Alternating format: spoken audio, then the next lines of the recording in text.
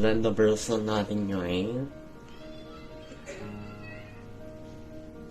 Okay, your first step done. Sunod natin yung mga ano na tatanggalin natin yung mga katatakutan sa mukha. Blend the person natin ngayon. A few inches later.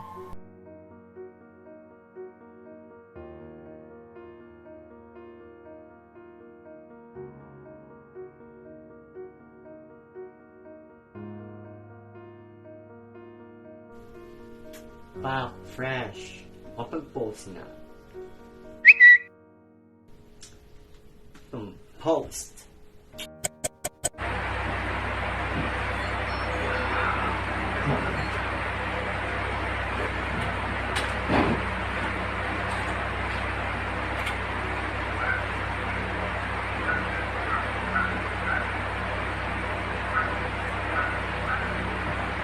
Uy, bading pala si Liam.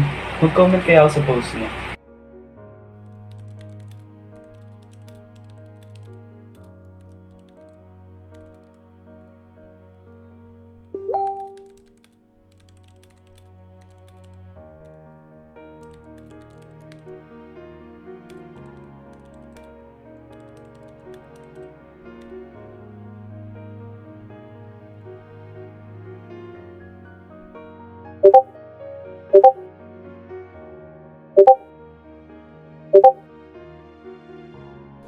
Ay, dami nag-comment.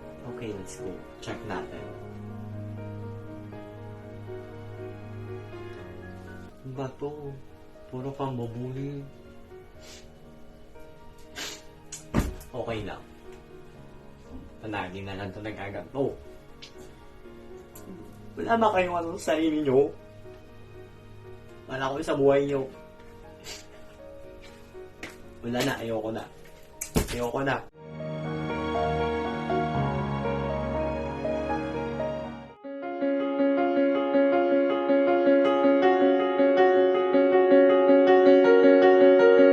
Ano ang LGBTQIA+ para sa iyo at ano ang inyong opinion tungkol sa diskriminasyon na nararanasan ng mga tao na nag-e-express ng kanilang gender identity sa iba't ibang paraan? Ang LGBTQIA+ para sa kanya isang very fragile na community na dapat i-protect para ma-express nila yung sarili nila in various ways. And yung para sa discrimination nila, what I feel sa discrimination nila is, bakit sila ginaganon when they just want to express themselves? Para sa akin, ito yung freedom, kalayaan ng bawat isa. Hindi lang naman siya basta sa sa mga katulad naming gay. Freedom to sa lahat ng tao na And then sa discrimination naman, lahat tayo may opinion, no? Lahat tayo meron tayong masasabi sa ibang tao, pero sana isipin na natin kung ano yung sasabihin natin sa ibang tao, na makakasakit ba to para sa kanila or magiging maganda to sa kanila. For me, yung LGBTQIA is yung pagsasama-sama ng mga gender ng iba't ibang tao. Like yung late realization nila kung what gender or identity yung gusto nila. And then yung opinion ko about discrimination, I don't think no one deserve it. Because lahat naman tayo is may kanya-kanya talagang identity bilang tao. So, I think we all deserve the respect. Para sa akin, ang LGBTQI, isang community na kung saan may mga tao na nakagalong na nagkakaintindihan. It is a community wherein people understand each other. Para po sa akin, ang LGBTQIA+ po, sila po ang mga taong nagsusuot ng mga damit na kabaliktaran ng kasarian nila. Ano po kaya yung mga posibleng epekto ng pagdiskrimina sa isang individual na dahil sa kanilang paraan ng pananamit o paggamit po ng make-up? Para sa akin, bilang isang tao or isang mamamayan na totoong nagkikare sa ating community, usually yung mga nagiging epekto nito sa atin is hindi lang physical but also mentally. Sa physical, syempre naku-conscious tayo lalo na ipakita or mai-express palalo yung inner beauty natin. And mentally naman, of course, sa discrimination, isang malaking factor siya kung paano tayo kilos bilang isang tao. Parang nalilimitahan tayo na gawin yung mga kagustuhan natin. Ang magiging epekto nito, syempre, dun sa hinuhusgahan nila, syempre masasaktan yung tao, pwede silang ma-stress, magkaroon ng anxiety, and then sa pananamit naman, di naman nasusuka dun kung ano yung, kung gusto nila mag-crop top, go, wala naman sila inapang ibang tao, kung gusto nila mag-makeup, dun sila komportable, go. Parang gusto na nila maging ano. At laging dead mo sa basher. Tama. Number one siguro is like yung pagkababa ng confidence nila. Kasi syempre, nagdadamit naman tayo, not for other, but for ourselves. Para ma-boost yung confidence natin. So I think it's for their confidence na bababa talaga. Para po sa akin, ang magiging epekto po neto ay mawawalan sila ng confidence sa pagsusuot ng mga damit kung saan sila komportable at sa sarili rin po nila. Siguro yung magiging epekto niya is parang merong wall para sa pagpapa-express ang kanilang sarili. Kasi syempre, yung mga nade-discriminate, parang they can't really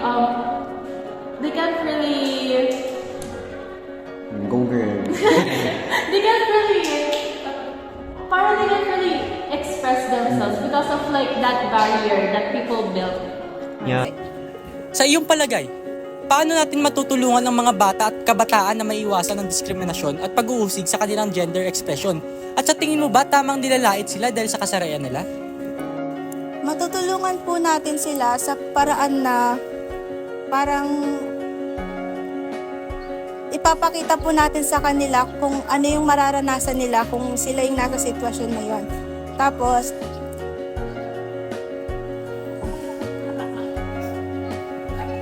hindi po tama na kalait-lait sila dahil sa kasarian nila dahil sila ay tao rin at ayun po. I think dito, siguro to expose them at an early age. Para magkaroon sila ng idea kung ano ba talaga yung meron sa LGBTQIA community and hindi nila ma-discriminate agad-agad because they're already exposed to that kind of environment. Parang hindi rin nila may iwasan na ma-discriminate sila. Tama bang nilalait sila dahil sa kasarian? Of course not. Because in-express lang naman nila yung sarili nila in a way na, yun, sila. Dapat hindi natin sila pinipigilan. For me, it would be a big help to have organization para malaman kung ano ba yung LGBTQIA. Like, hindi lang basta pagdi-discriminate sa tao. Syempre, kailangan din i-explain how to respect and to have equality sa lahat. So, organization is a big help. Tama po bang nilalait sila dahil sa kasarian nila? Of course not. Siguro, di naman pwede natin iwasan kasi nga, di ba, nararanasan niya kahit sino. Siguro, sa school siguro at sa pamilya, turuan natin rumispeto yung mga bata. Bata pa lamang, dapat alam na nila yung anong ginagawa nila, kung tama ba yon, kung nakakasakit ba sila. Tapos pangalawa sa school, syempre kailangan natin matutunan yun, di lang sa bahay. Kasi syempre sa school marami tayong mga tao na nakakasama. Then ayun, siguro disiplina lang din. Yeah. Respect and discipline. Tama po ba kaya na nilalait sila dahil sa kasarian nila? Hindi. Ewan ko nga bakit sila ganun. Bilang isang kabataan pa rin sa panahon ngayon, siguro ang magagawa pa lang natin ngayon ay simulan natin ito sa ating sarili. I-mindset natin na mas pagandahin or magkaroon ng mas magandang epekto at ipakalat natin ito. Maging boses tayo ng mga kabataan para mag-spread pa yung word and mas maging mabuti yung mga epekto na nabibigay sa atin. Okay. Side comment. Wala na kasi parang direct to the point ganun na siya Wala na Parang, you're done. Ito, piling ko naman na yung sagot dito. Sure. Tama bang nilalait sila dahil sa kasarian? Syempre po hindi. Kasi isang malaking factor or pare-parehas lang din naman tayong tao. So, hindi natin pwedeng limitahan yung mga ibang tao na hanggang dito lang sila. Kasi kahit nang-iiba man sila or mayroon silang pagkakaiba sa atin, maaaring or malaki pa rin yung chance na malaki yung mataas yung maaabot nila. Tama. In the end, people are still people. Tama ba ang tinatanggalan sila ng karapatan dahil naiiba sila? Siyempre, no. Hindi. Kasi yung mga people that are a part in that community, tao lang din naman kasi sila. And they have the will. They have the will to really express themselves. Meron silang karapatan as a person. Hindi dapat natin sila iniiba because they are a part of that community. Tama. Hindi po dahil katulad po ng sabi ko kanina, tao lang din po sila at may sarili silang karapatan na i-express yung sarili nilang Dahil naiiba sila. Yeah, no. No Hindi talaga. naman po sila naiiba. Yes, hindi sila naiiba. Yun lang talaga yung napipil at gusto nila bilang tao. Kaya dapat free sila to show that. Kasi hindi naman most of the time ginagabitan talaga ng Bible. Yes po. Lahat ng tao, di ba? Hindi naman porket LGBTQIA ka, hindi ka na religious. Dahil naiiba sila. No! No. Lahat tayo may kalayaan! Yeah! Freedom! Ilaban yan! Tulad lang din po ng point ko kanina, hindi rin po. Kasi hindi ang pagkakaroon ng pagkakaiba sa ibang tao ay hindi nagde-determine na mas mababa na tayo kaysa sa kanila. Ito ay malaking factor yung pagkakaroon ng pag-identify mo sa sarili mo. Ngunit hindi yung nagde-determine or nagde-define sa'yo as a person. May sarili ka pa rin kakayahan and may mga qualities ka pa rin na ikaw lang yung nakakagawa. Tama. So, kung ikaw ang nasa situation nila, ano kayang gagawin mo kapag ikaw yung na-discriminate?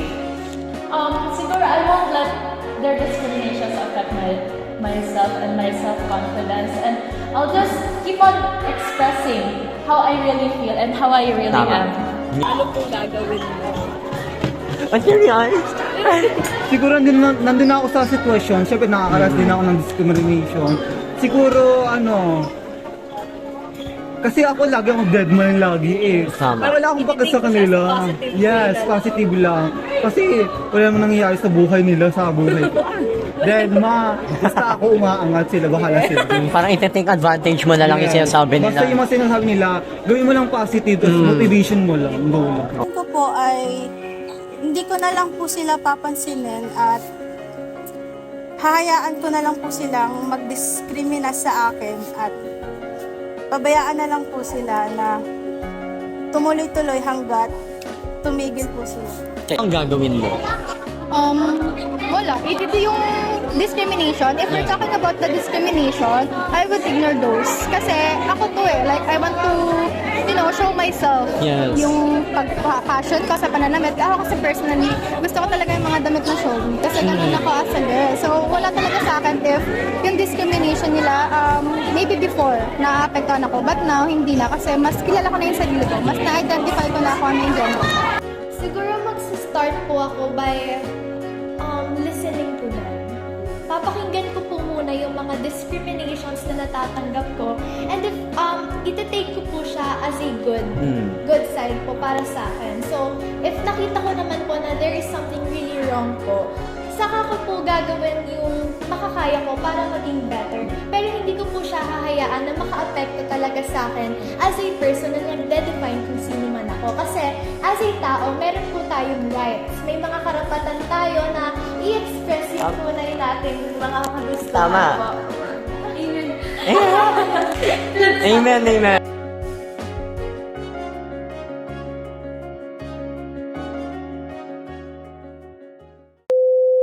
Amen. Oh, Di ba? pero mas lalo sila pa yung kalait-lait. Ay! Laki lang po.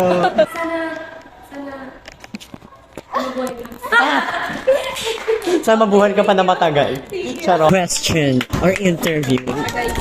Palakpakan. Thank you, boy. Sila may masaya. Ay! Thank you again. Thank you. All for as questions. Thank you po for participating. Okay. Yun lang guys for our interview for today. Thank you. Maraming salamat sa pagsagot ng mga tanong namin. Miss Precious,